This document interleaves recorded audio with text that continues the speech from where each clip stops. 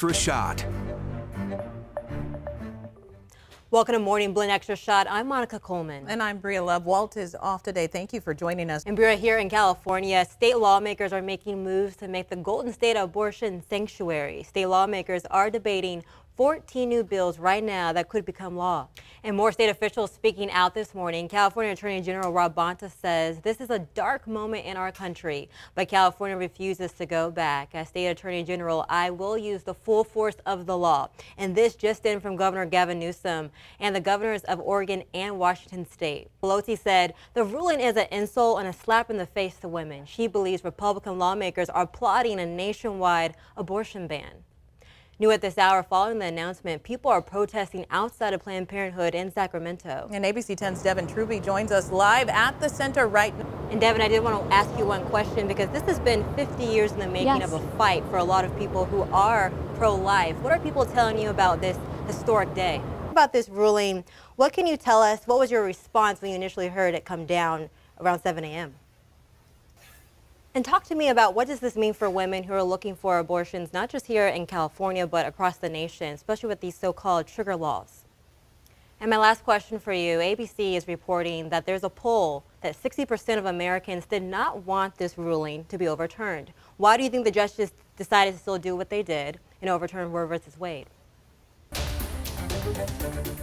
We're following more breaking news. The U.S. House just passed that landmark gun violence bill. It's now headed to President Joe Biden's desk.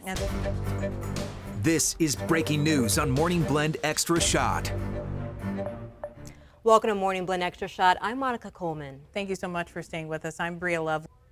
That's Justin Finch reporting. And Justice Clarence Thomas wrote in his opinion that he wants to reopen other cases that deal with other rights given to us under the 14th Amendment. Now political reporter Morgan Reiner joins us now to explain what does that mean. And Morgan, talk to us about why voting is so important, because when it comes to Justice Thomas, former President Bush appointed him, and now former President Trump appointed 3 of the justices that are now making the supermajority on the court. Why is it so important to vote local and for the president every year? Monica, Elections have consequences. Thank you, Morgan, for that report. New at this hour, following the announcement, people are protesting outside of Planned Parenthood in Sacramento. She says her organization has worked to get ready for a ruling like this. Even though abortions are still legal in California, the influx of patients from other states is going to put a lot of strain on providers. While California is considering a sanctuary state for abortion, that does not mean everyone in the state still has equal access to reproductive care.